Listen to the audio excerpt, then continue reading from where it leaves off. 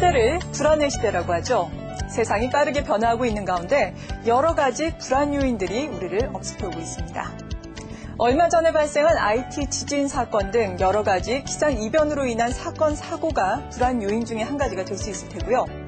직장에 다니시는 분들께서는 구조조정에 대한 불안감이 있을 겁니다. 사랑을 하는 사람들은 이 사랑이 끝나지는 않을까 불안감에 떨곤 한다고 하는데요. 누군가는 적당한 불안감과 긴장감은 삶의 활력이 된다고는 하지만 이런 불안감을 가지고 있는 분들께는 그다지 큰 위로는 될 수 없을 것 같습니다. 이런 분들에게 불안감은 마음에 큰 짐이 되기도 하고 더 나아가서 사회생활에 지장을 주는 요인이 되기도 하는데요. 그렇다면 이런 불안감을 극복할 수 있는 요소는 어디에 있는지, 불안감과 긴장감의 차이는 무엇인지, 불안감에 대한 모든 궁금증을 오늘 이 시간에 풀어드립니다. 도움 말씀 주시기 위해서 신경정신과 하지연 교수 모십니다.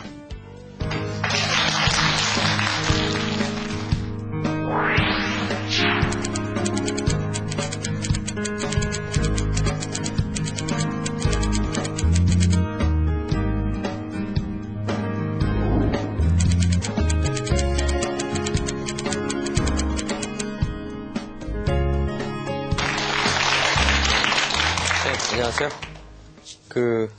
불안이라는 것에 대한 얘기를 오늘 하게 될 텐데요.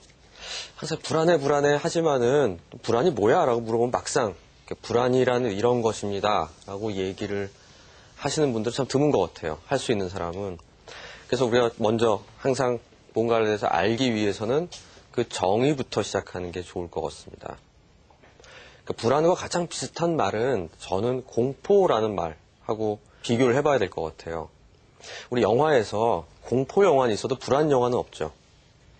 그러니까 공포 영화라는 거는 되게 이런 거죠. 어떤 나쁜 악마가 있던지 괴물이 있던지 악령이 있어서 그것 때문에 무서워하는, 그래서 도망다니거나 그렇게 그런 문제 때문에 괴로워하고 피해단 주인공들이 끝없이 도망다니거나 맞서 싸우거나 할 때 그걸 공포물이다. 여름에 아주 항상 나오는.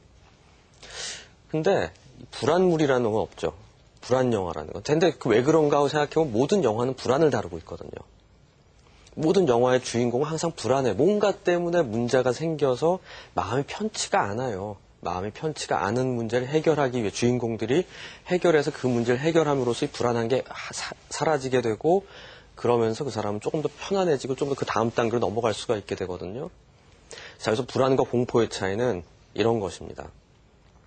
불안하건 공포물이 있건 간에 내 몸의 반응은, 스트레스 반응은 똑같이 일어나는데, 공포라는 거는 대상이 있을 때 공포가 있다고 얘기해요. 내가 지금 무서워하는 대상이 있을 때, 분명한 대상이 있을 때 그것을 공포, 무섭다라고 얘기하고요. 대상이 없이 뭔지 뭐라고 딱 말은 못하겠어. 왜 그런지. 근데 편치가 않아요. 편안하지가 않은 상태로 뭔가 예민하고 내 마음이 뭔가 균형이 잡혀있는 느낌이 들지 않을 때 불안하다라는 이야기를 합니다. 그래서 항상 불안한 사람들이 굉장히 괴롭죠. 그렇기 때문에. 도리어 뭔가 무서운 대상이, 나는 개가 무서워. 물이 무서워. 높은 데 올라가는 게 무서워. 비행기 타는 게 무서워. 그럼 피하면 그만이죠. 안 하면 그만이고. 최소 그게 없을 때는 나머지 기간에 난 편할 수가 있거든요. 근데 불안한 사람들은 항상 불안해요. 그래서 이유를 생각해봤는데 잘 이유가 떠오르질 않아요. 내가 별로 이렇게 불안할 이유가 없어요. 근데 불안하다고 생각해요. 바로 그런 부분들이 사람을 괴롭게 하거든요. 자, 그런 부분에서 또 하나 생각해 볼 거는, 불안한 거랑 긴장하는 거랑은 무슨 차이가 있어? 라고 얘기할 수도 있죠. 긴장을 한다는 거하고 불안한 것도 비슷한 얘기입니다. 어떻게 보면. 내가 볼 때 어떤 몸의 반응이란 관점에서 볼 때는 종이 한 장 차이일 수도 있어요. 시험을 보기 위해서 긴장하는 것, 수업을 듣기 위해서 긴장해야 하는 거랑 불안해하는 거는 전체적 메커니즘은 똑같다라고 저는 말할 수 있습니다. 즉, 긴장과 불안은 종이 한 장 차이인데 그 종이 한 장을 넘어가냐 아니냐에 따라서 긴장을 하는 거에서 불안에 넘어가는 거 차이가 나는 거거든요. 즉, 긴장한다는 거는 내가 100만큼 내 몸에 있는 자원들을 동원해야 하는 것 그만큼을 사용하면 돼요. 평소에 50만큼 가던 사람이 속도를 높이는 거죠. 100으로. 그래서 그만큼을 내 자원들을 끄집어내서 사용하면은 긴장하는 겁니다. 긴장하게 되면 좀 또릿또릿하고 집중력도 올라가고 기억력도 좋아지고 뭔가 딱 주의를 쭉 유지할 수 있는 능력이 돼요. 근데 이런 생각을 해보죠. 한 30만큼만 반응하면 되는 일이에요. 이번에 쓸 때는. 근데 50, 100만큼을 반응을 해요. 뭔가에 의해서. 그럼 우리가 그때 그 이상으로 내 몸에 있는 자원들이 동원되는 거죠. 대신 이번엔 별로 반응을 안 보여도 돼요. 별로 긴장할 일이 아니에요, 이 일이. 근데 내 몸은 마치 전쟁 상황이 일어났거나 아니면 크게 안 좋은 일이 일어났다는 듯이 반응을 할 수도 있겠죠. 그때 사람은 불안 반응이 벌어진다라고 이야기를 하는 것입니다.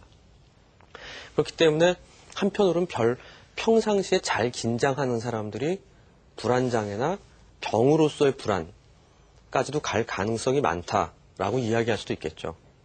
평상시에 긴장을 잘 안 하던 사람, 낙천적이고 편안하게 지내던 사람들은 상대적으로 어떤 불안장애나 불안으로 인해서 어떤 일상생활에 어려움이 있을 가능성은 상당히 떨어질 것이다 라고 볼 수도 있습니다. 자, 다시 긴장과 불안, 불안과 공포 이 세 개의 관계에 대해서 먼저 이해를 하면 좋고요.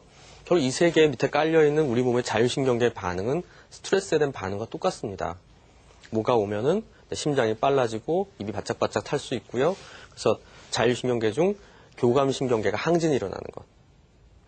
그래서 항상 마치 5분 대기조, 전투태세를 갖추고 있는 것과 같은 그런 상태가 돼 있는 게 너무 오래 유지될 때 우리 몸에 이상이 오게 된다는 거죠. 근데 그게 어떤 방식으로 어떤 문제가 벌어지냐에 따라서 우리는 약간 구별해서 볼 수가 있습니다. 그러니까 일상생활에서의 불안을 넘어선 어떤 불안장애라고 하는 것들이 있습니다. 첫 번째 불안장애라고 하는 것들은 범불안장애라는 게 있습니다. 뭐냐면은 그냥 이유 없이 불안해요. 되게 불편해. 우리가 둥둥 떠다니는 불안이라는 표현을 씁니다. 그러니까 뭔가 특별히 내가 지금 불편하거나 힘들 이유가 없어요. 그러니까 객관도 다 써봐도 내가 지금 고민해야 될 거 별게 없어요. 근데 이상하게 불안하고 괜히 가슴이 뛰고 입이 벙벙 뛰고 집중도 안 되고 초조 불안해요. 가만히 앉아있으면 서 있고 싶고 아마 창문 열어놓고 답답하고 괜히 누가 건드리면 짜증나고 그렇다고 우울한 것도 아니에요. 밤에 잠도 안 오고 막 여기저기 쑤시고 긴장하고 있으니까 그런 상태가 6개월 이상 지속될 때 그러니까 어쩌다 가끔 그러는 게 아니라 반년 이상 지속될 때 그 사람은 범불안 장애다 라고 생각을 합니다. 그만큼 치료하기가 좀 어려운 사람일 수도 있고요. 그 다음이 특정 공포증이라는 게 있을 수 있어요. 그러니까 아까 공포라는 거는 뭔가에 대해서 굉장히 무서울 게 있을 때 공포증이 생긴다고 그랬죠.